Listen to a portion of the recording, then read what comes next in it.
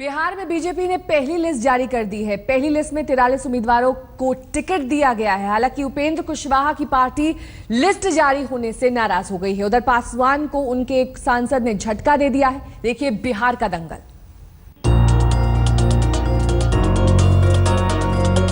भले ही बिहार में लालू और नीतीश ने पहले सीटों का बंटवारा किया हो, लेकिन उम्मीदवारों की लिस्ट जारी करने में एनडीए ने बाजी मार दी है। बीजेपी चुनाव समिति ने 43 उम्मीदवारों के नाम का ऐलान कर दिया। जिन उम्मीदवारों के नाम का ऐलान हुआ है उनमें से 19 पहले चरण में, जबकि दूसरे चरण में 15 और 9 उम्मीदवार बाकी चरण के चुनाव में अपनी किस्मत आजमाएंगे। बीजेपी ने दावा किया है कि पहली सूची में 50% युवाओं को मौका दिया गया। इन युवाओं में 60% उम्मीदवार ओबीसी कोटे से आते हैं।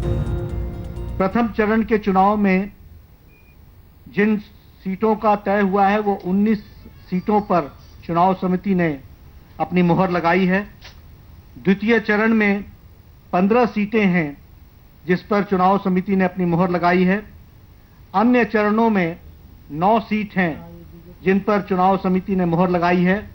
इस प्रकार आज कुल मिलाकर के 43 सीटों पर चुनाव समिति ने अपनी मुहर लगाई है।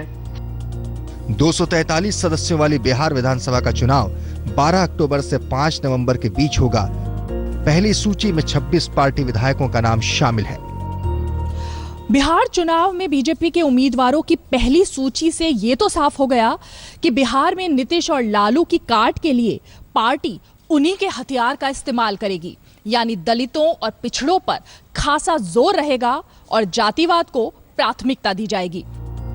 बीजेपी की पहली सूची में 5 उम्मीदवार यादव जाति के हैं। बीजेपी पूरी ताकत के साथ यादवों को लुभाने की कोशिश कर रही है। आज तक के कार्यक्रम पंचायत में लालू यादव के बेटे तेजस्वी ने प्रधानमंत्री मोदी पर जाति कार्ड खेलने का आरोप लगाया। सबका लिस्ट हमने जारी किया था। परिवारवाद है, अगर आपको परिवारवाद से अगर प्रॉब्लम है तो हम लोग चलिए खत्म कर देते हैं, हम तैयार हैं। चलिए देश भर का छोड़ दे, हम सिर्फ बिहार राज्य के जो मुख्यमंत्री के जो बेटे रहे हैं उनके बारे में हम सिर्फ बात करते हैं।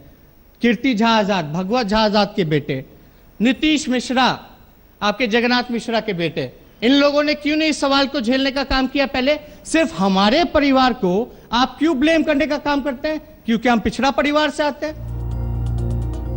अभी जेपी नड्डा ने उम्मीदवारों के नाम का ऐलान ही किया था कि बिहार में उपेंद्र कुशवाहा की पार्टी आरएलएसपी की नाराजगी सामने आ गई। आरएलएसपी के प्रवक्ता फजल इमाम के हवाले से खबर आई कि पार्टी बीजेपी से अभी बातचीत कर ही रही थी कि उम्मीदवारों के नाम का ऐलान कर दिया गया।